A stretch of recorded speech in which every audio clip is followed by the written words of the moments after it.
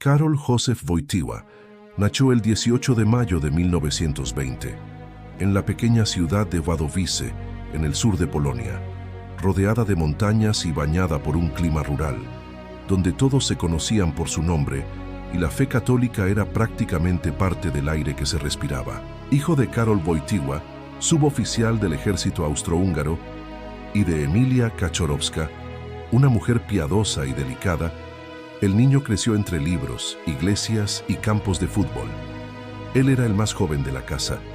Tenía un hermano mayor, Edmund, que pronto se convirtió en un ejemplo de dedicación y generosidad, y una hermana, que murió antes de que él naciera. La infancia de Karol, aunque sencilla y amorosa, estaría marcada por una serie de pérdidas que moldearían su fe, su resiliencia y su visión sobre el sufrimiento humano.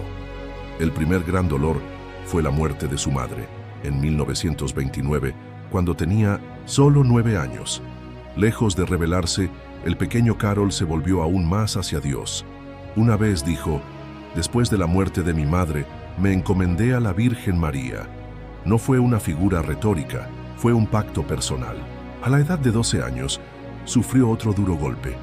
Perdió a su hermano Edmund, un médico joven y prometedor, que murió mientras atendía a pacientes infectados con escarlatina.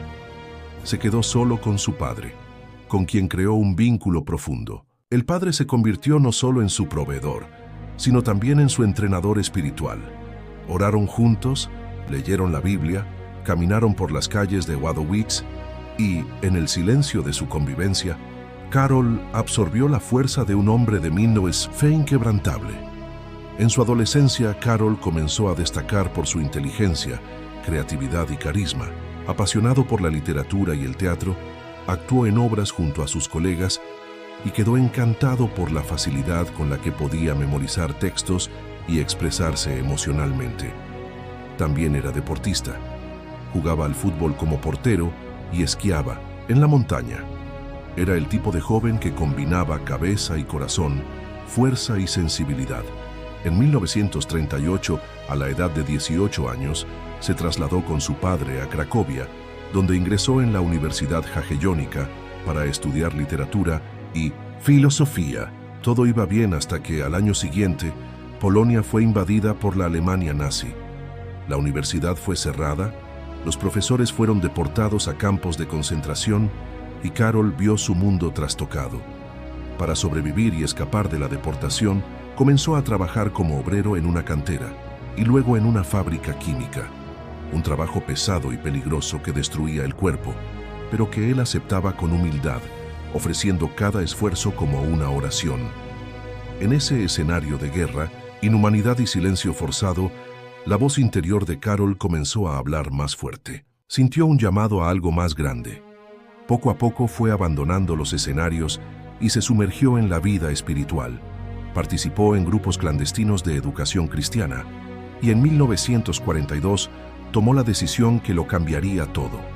Ingresó en el seminario secreto de la Arquidiócesis de Cracovia, organizado por el entonces arzobispo Sapieha.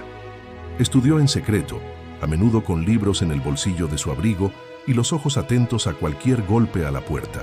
Mientras afuera el mundo se desmoronaba, dentro de él nació una firme convicción. Dios no había abandonado a la humanidad y era necesario decírselo al mundo. En 1944, cuando la guerra aún estaba en pleno apogeo, Karol resultó gravemente herido en un accidente automovilístico y casi murió. Sobrevivió con heridas graves, pero ni siquiera eso pudo detenerlo.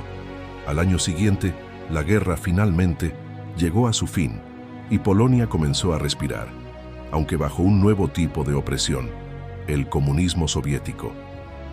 En 1946, a la edad de 26 años, Karol fue ordenado sacerdote.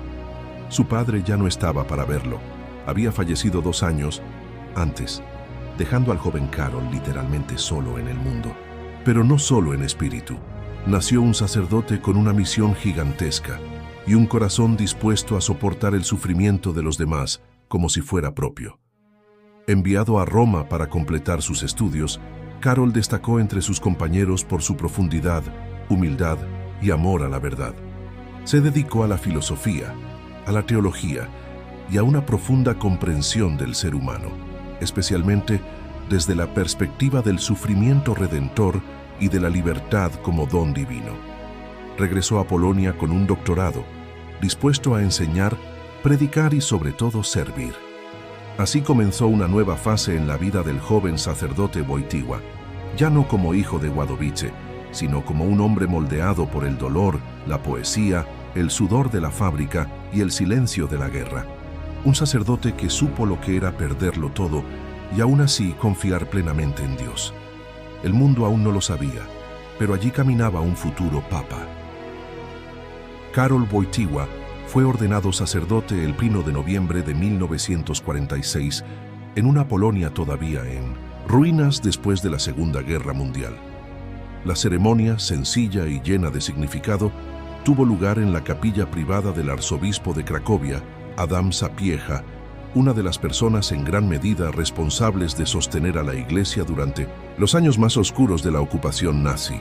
Recién ordenado, Karol fue enviado a Roma, donde se sumergió en los estudios de teología y filosofía en la Pontificia Universidad Angelicum. Su tesis doctoral abordó el tema de la fe en la obra de San Juan de la Cruz, místico español del siglo XVI, mostrando desde muy joven su profunda inclinación hacia los misterios del alma, el dolor y el amor de Dios. En Roma, caminaba por las calles con sencillez, rezaba en los callejones, iba caminando a clase y pasaba más tiempo en iglesias que en cafés. Era disciplinado, atento, humilde y profundamente arraigado en la oración. Al regresar a Polonia en 1948, fue destinado a una parroquia en las montañas. Allí se dedicó por completo a la vida pastoral. Decía misas, confesaba durante horas, visitaba enfermos y en su tiempo libre llevaba a grupos de jóvenes a acampar, a hacer senderismo, navegar en kayak e incluso a esquiar. Sí, el padre Karol era un hombre deportista, vivaz y accesible, pero más que carismático era un maestro de almas. Habló a los jóvenes sobre la fe, el amor, la vocación y la dignidad humana en un momento en que el régimen comunista ya comenzaba a imponerse con fuerza. Las reuniones de jóvenes cristianos comenzaron a ser vigiladas, los sacerdotes vigilados y los movimientos religiosos perseguidos. Pero Karol, con su actitud tranquila y firme, nunca se dio por vencida. Llevó la fe a las montañas cuando estaba prohibida en las ciudades. En 1951 profundizó aún más sus estudios, esta vez en el área de la ética y la filosofía moral. Publicó artículos, impartió clases y pronto se convirtió en profesor de la Universidad Católica de Lublin. Este fue el comienzo de su fama como pensador. Sus alumnos decían que tenía el don de hacer que la razón y la fe caminaran de la mano. No era un académico frío ni un monaguillo. Era ambas cosas y, más un líder en ciernes, combinó la erudición con la sensibilidad pastoral, siempre con un enfoque personalista, poniendo la dignidad del ser humano en el centro de todo.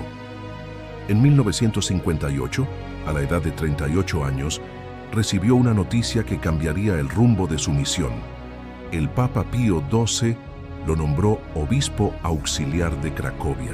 La ordenación se llevó a cabo en secreto, sin pompa, porque el gobierno comunista no veía con buenos ojos el ascenso de las figuras religiosas. Pero no hubo manera de detener lo que vino después. Como obispo, Karol Wojtyła continuó caminando con el pueblo, visitando fábricas, predicando retiros y escribiendo textos profundos sobre la moral, la libertad y el amor humano. En una época en la que la Iglesia era tratada como enemiga del Estado, él era discreto, pero nunca silencioso. Se convirtió en una especie de faro silencioso en Polonia. No gritaba, pero iluminaba. Su obra atrajo aún más atención cuando comenzó a participar activamente en el Concilio Vaticano II, convocado por Juan XXIII en 1962. Karol estuvo presente en las 4 sesiones del concilio, contribuyendo con discursos y reflexiones, especialmente en las áreas de la dignidad humana, la libertad religiosa y el papel de la Iglesia en el mundo moderno. Sus intervenciones fueron respetadas. Muchos ya lo veían como un hombre con futuro dentro de la Iglesia Universal. Él, sin embargo, permaneció con los pies en la tierra, pastoreando al pueblo polaco, hablando con los trabajadores, enfrentándose a la censura y caminando con una mirada que siempre parecía más distante, como si ya pudiera ver algo que otros aún no podían ver. En 1964 fue nombrado arzobispo de Cracovia. Como resultado, comenzó a desempeñar un papel aún más visible en la guía de la fe católica en una Polonia cada vez más asfixiada por el comunismo. El régimen intentó borrar símbolos religiosos, cerrar iglesias e impedir procesiones. Karol se resistió.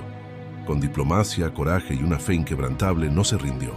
En lugar de enfrentamientos directos, utilizó la inteligencia. Escribió textos que hablaban de libertad sin mencionar al régimen. Organizó eventos litúrgicos como si organizara actos de resistencia espiritual.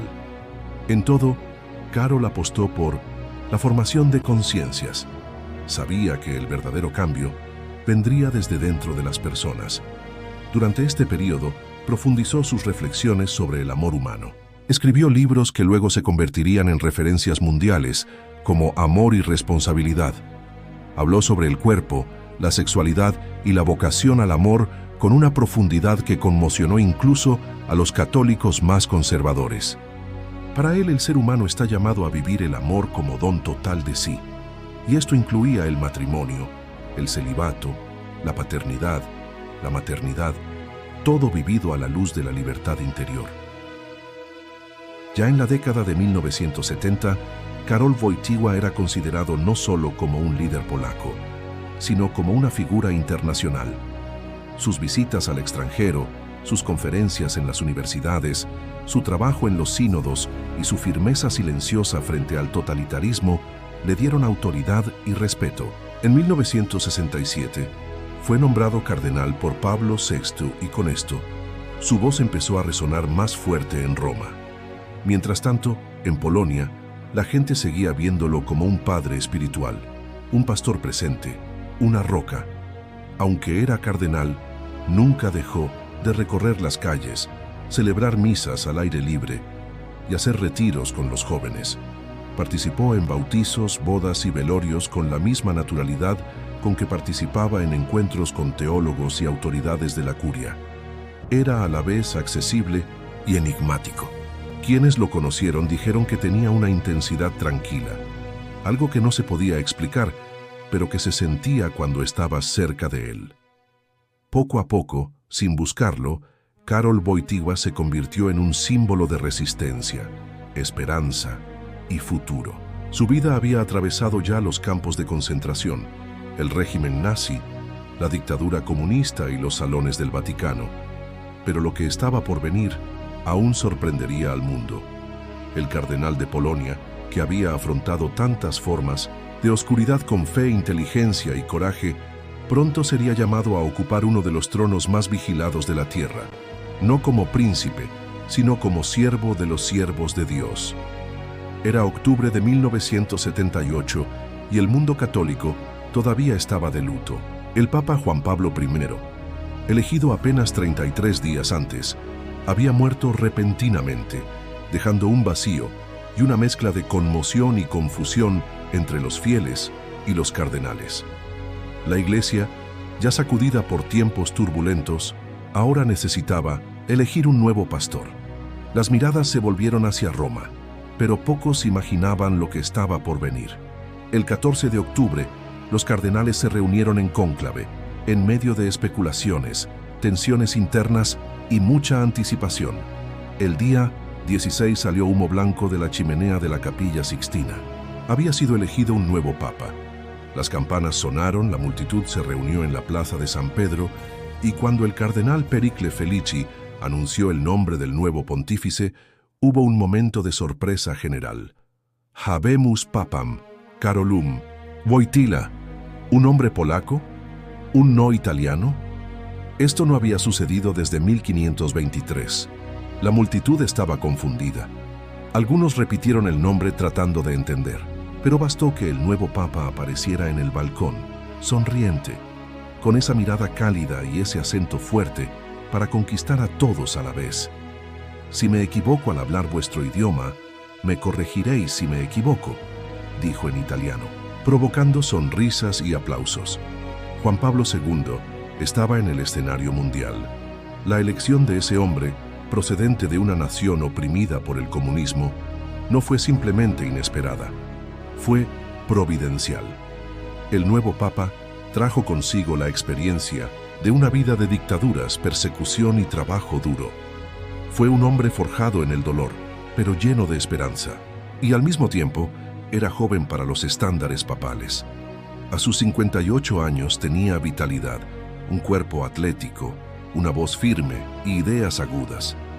Parecía más un líder juvenil que un jefe de Estado, pero fue ambas cosas, y más. Desde sus primeros gestos quedó claro que haría las cosas de otra manera. Rompió los protocolos con naturalidad, abrazó a los niños, entabló conversaciones con los fieles, bajó del papamóvil y se dirigió a la gente.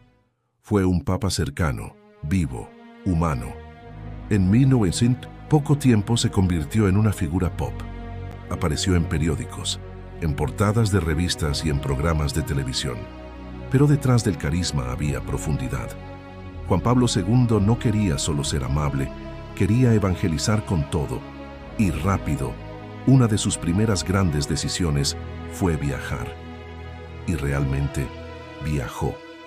Hizo las maletas y menos de 3 meses después de las elecciones partió hacia su amada Polonia. Fue recibido por multitudes salvajes. Gritaron, lloraron, aplaudieron. Allí, ante millones de personas, proclamó: «No tengan miedo, abridle las puertas a Cristo». Esas palabras no eran solo espirituales, eran un llamado a la valentía en un país dominado por la opresión. El Papa había regresado como una avalancha de fe, y eso encendió una llama. Aquella visita fue el detonante de una revolución silenciosa que culminaría años después con la caída del comunismo en Europa del Este. Pero no era política, fue fe, era verdad, fue libertad espiritual. De regreso al Vaticano, Juan Pablo II continuó marcando su propio ritmo. Creó un nuevo estilo de liderazgo. Escribió cartas largas y profundas, como la encíclica Redemptor Hominis, que ya colocaba al ser humano, su dignidad, su misterio, su sed de verdad, en el centro de la misión de la Iglesia. Luego vinieron otros como Dives in Misericordia, sobre la misericordia divina, y Laborem Exercens, sobre el trabajo humano. Juan Pablo II escribió con el alma. Habló de la cruz, de la libertad, de la dignidad femenina, de la juventud, del cuerpo, del amor. Tocó temas difíciles sin miedo. Y al mismo tiempo no soltó al pueblo. Oró con todos, se arrodilló ante las multitudes, cantó con los jóvenes, celebró misas con 1 millón de personas, como si hablara a un solo corazón. Pero el mundo no siempre responde con amor. El 13 de mayo de 1981, mientras saludaba a los fieles en la plaza de San Pedro, Juan Pablo II fue asesinado a tiros por un francotirador turco llamado Mehmet Ali Aka. El mundo se detuvo.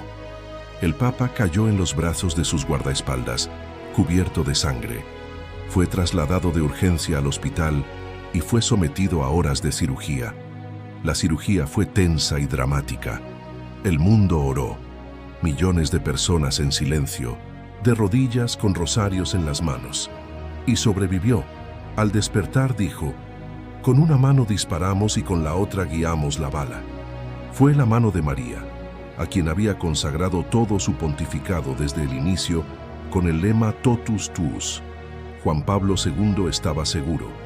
Había sido salvado por Nuestra Señora de Fátima, precisamente el 13 de mayo, fecha de la primera aparición. Posteriormente hizo colocar la bala que lo alcanzó en la corona de la imagen de Fátima. Y como si fuera poco, perdonó públicamente a su agresor. Lo visitó en la cárcel, habló con él, le dio paz. El mundo estaba perplejo. No había ningún teatro allí. Era puro evangelio. Con aún más fuerza continuó su misión.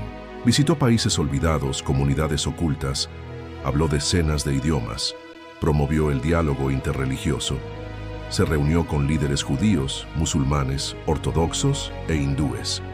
Pidió perdón por los errores históricos de la Iglesia. Creó las Jornadas Mundiales de la Juventud, reuniendo a millones de jóvenes en celebraciones gigantescas, llenas de vida y de oración. Atrajo a generaciones enteras, habló directamente al corazón de la juventud. Los llamé protagonistas. Dijo, vosotros sois el futuro del mundo, la esperanza de la Iglesia, mi esperanza. Y vinieron, en Roma, en París, en Manila, en Toronto. Juan Pablo II atrajo multitudes, pero no era solo una multitud, era verdad, era doctrina, era una cruz. Se enfrentó frontalmente a la cultura de la muerte, luchó contra el aborto, la eutanasia, la guerra, la explotación, predicó la vida con radicalidad, claramente, con amor. No suavizó su discurso, pero tampoco acusó. Él llamó tiernamente a la conversión. Juan Pablo II se convirtió poco a poco en la conciencia moral del planeta, el rostro de la fe, el anciano vigoroso que caminaba incluso con dolor, que sonreía incluso con Parkinson, que sufría en público como si ofreciera su propia carne por la humanidad. Y así, como un cometa que cruza el cielo y deja una estela de luz, el polaco de Wadowice se convirtió en uno de los papas más influyentes y queridos de la historia de la Iglesia. Un hombre que vino del sufrimiento y del silencio para gritarle al mundo que no hay por qué tener miedo, porque Cristo es el Señor de la historia. Con el atentado de 1981 todavía fresco en la memoria del mundo, Juan Pablo II salió de su cama, como un hombre marcado, sí, pero no vencido. Había sido herido físicamente, pero espiritualmente estaba aún más decidido. El Papa, que había comenzado con una explosión de carisma y energía, ahora entró en una fase de mayor fuerza interior. Fue como si esa bala hubiera abierto un nuevo capítulo en su misión, un capítulo de rendición radical. A partir de entonces, Juan Pablo II comenzó a asociar más públicamente su sufrimiento con el de Cristo. Tu dolor se hizo público, visible, ofrecido. Ya no ocultaba su cansancio, sus temblores, sus límites. Destacó que la cruz forma parte de la vocación de todo cristiano, incluido el Papa. Pero al mismo tiempo no se detuvo. Era como si hubiera un motor impulsado por la oración y el Espíritu Santo. Continuó viajando, escribiendo, predicando. En 1983 regresó a su querida Polonia, ahora en un contexto aún más tenso. El movimiento Solidaridad, liderado por Lech Wałęsa, estaba ganando fuerza contra el régimen comunista, y el Papa era visto como el símbolo máximo de la resistencia moral y espiritual. En aquella visita, en medio de la vigilancia de agentes secretos y un clima de represión, Juan Pablo II fue más claro que nunca. Habló de libertad, de dignidad humana, de verdad. Su presencia allí no fue solo una visita pastoral. Fue una bomba silenciosa contra la mentira del totalitarismo. El régimen comunista sintió que sus días estaban contados, y realmente lo fue. A lo largo de la década de 1980, Juan Pablo II fue un actor clave en el proceso que culminaría con la caída del muro de Berlín en 1989. Nunca fue político en el sentido superficial del término.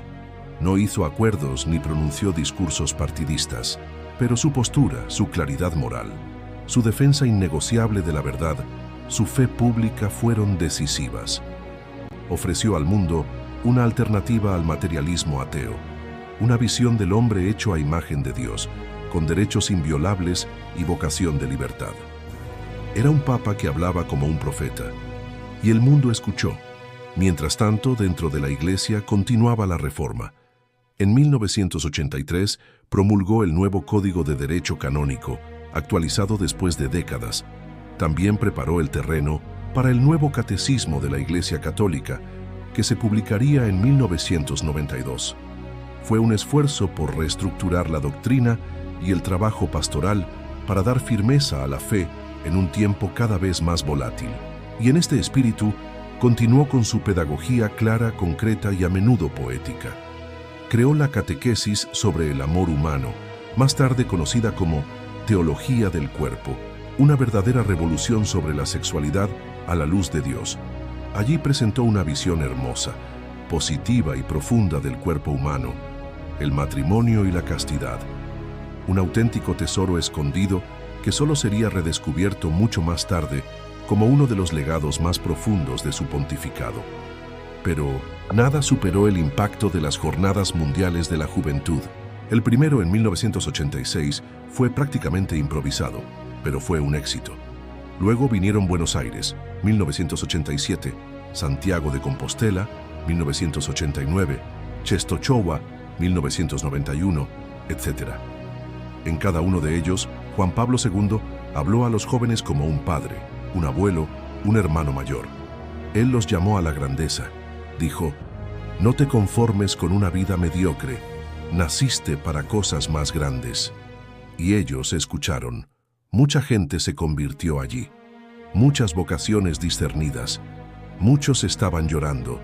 No fue un espectáculo, fue un movimiento de almas. Llegaron los años 90 y con ellos nuevos retos. El comunismo se estaba derrumbando, pero el vacío espiritual que dejó dio paso al relativismo. El Papa ahora se enfrentaba a la dictadura del indiferentismo. Lanzó documentos llamando a la Iglesia a la fidelidad. En 1993 publicó Veritatis Splendor, reafirmando la verdad objetiva de la moral cristiana. En 1995 publicó Evangelium Vitae, una poderosa defensa de la vida contra la cultura de la muerte. Y ese mismo año fue a Manila, en Filipinas, para una Jornada Mundial de la Juventud con más de 5 millones de personas. Fue la mayor concentración humana de la historia hasta ese momento. Y allí estaba, delgado, encorvado, temblando, pero con los ojos en llamas. La multitud apenas podía respirar. Fue como ver un santo vivo.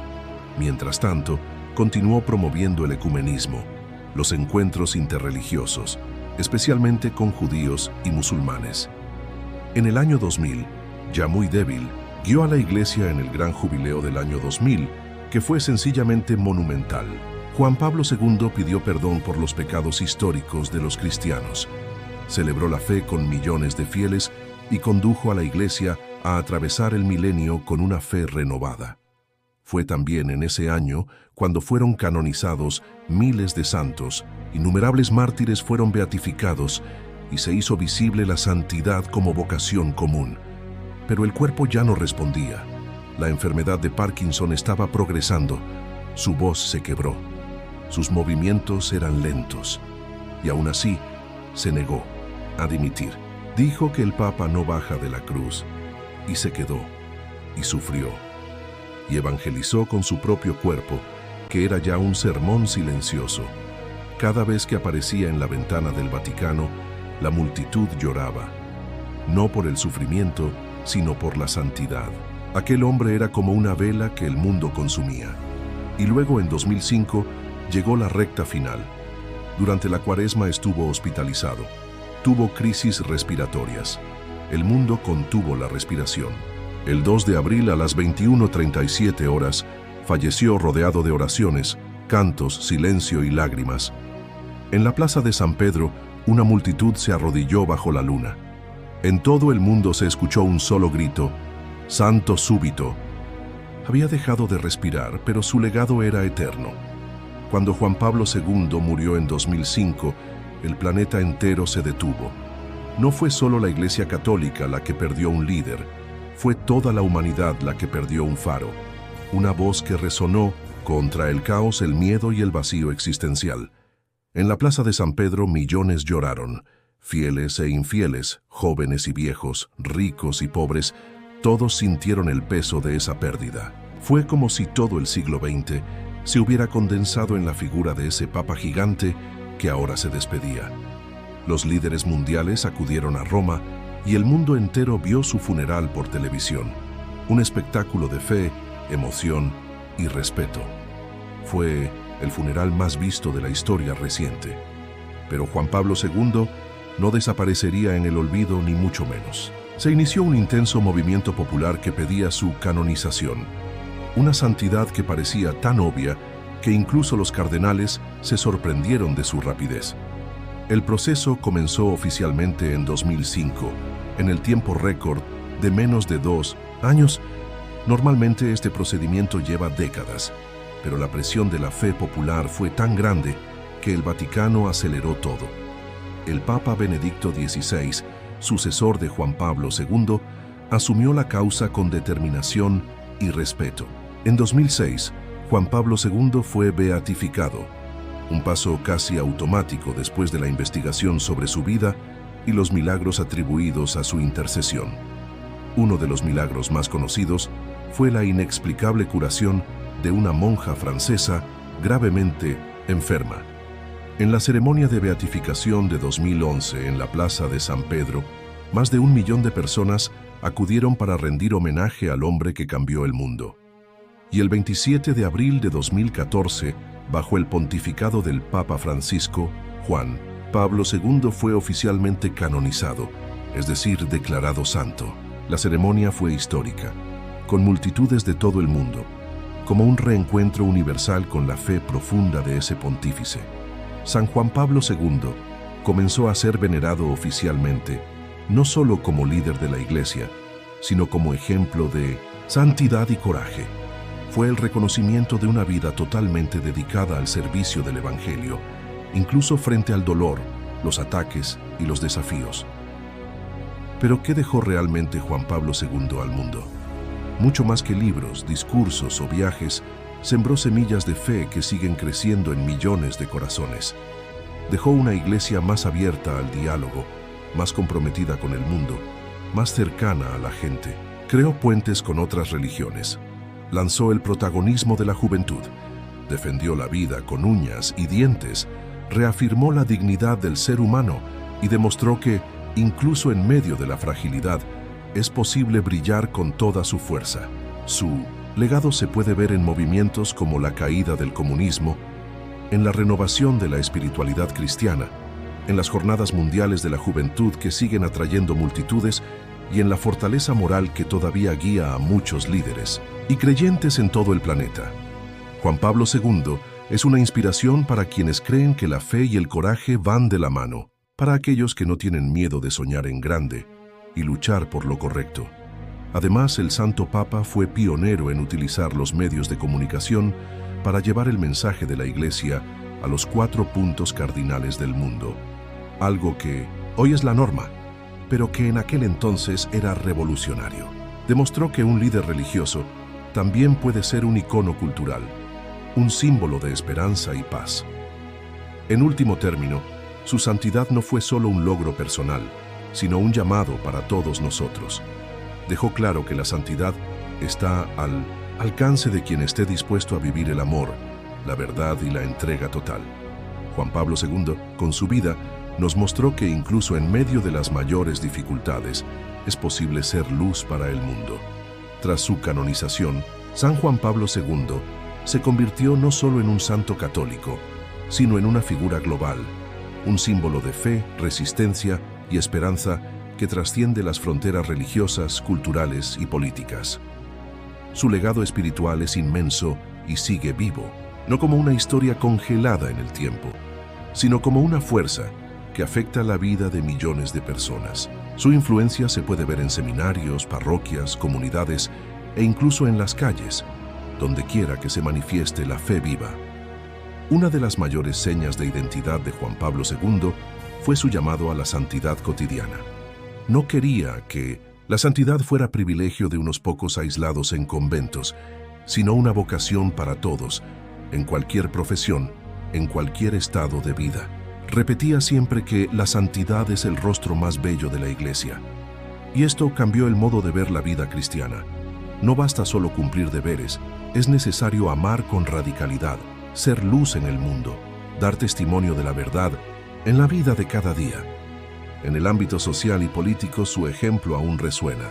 Fue un gigante que enfrentó regímenes totalitarios, defendió la libertad y la dignidad humana, y demostró que la fe no es alienación, sino fuerza transformadora. Ha inspirado a líderes mundiales y movimientos sociales que luchan por la justicia, la paz y los derechos humanos. Muchas de las revoluciones pacíficas que cambiaron el mundo a finales del siglo XX tuvieron su influencia indirecta o directa en la fuerza moral de Juan Pablo II. El Papa también abrió las puertas al diálogo interreligioso de un modo sin precedentes. Visitó mezquitas, sinagogas, templos, buscó acercar el cristianismo a otras creencias y promover la paz entre los pueblos. Esto se ha convertido en un legado que la Iglesia continúa cultivando, mostrando que la fe no significa división, sino unidad. En términos teológicos, su teología del cuerpo revolucionó el modo en que la Iglesia entiende el amor humano y la sexualidad, influyendo en catequistas, teólogos y fieles hasta el día de hoy.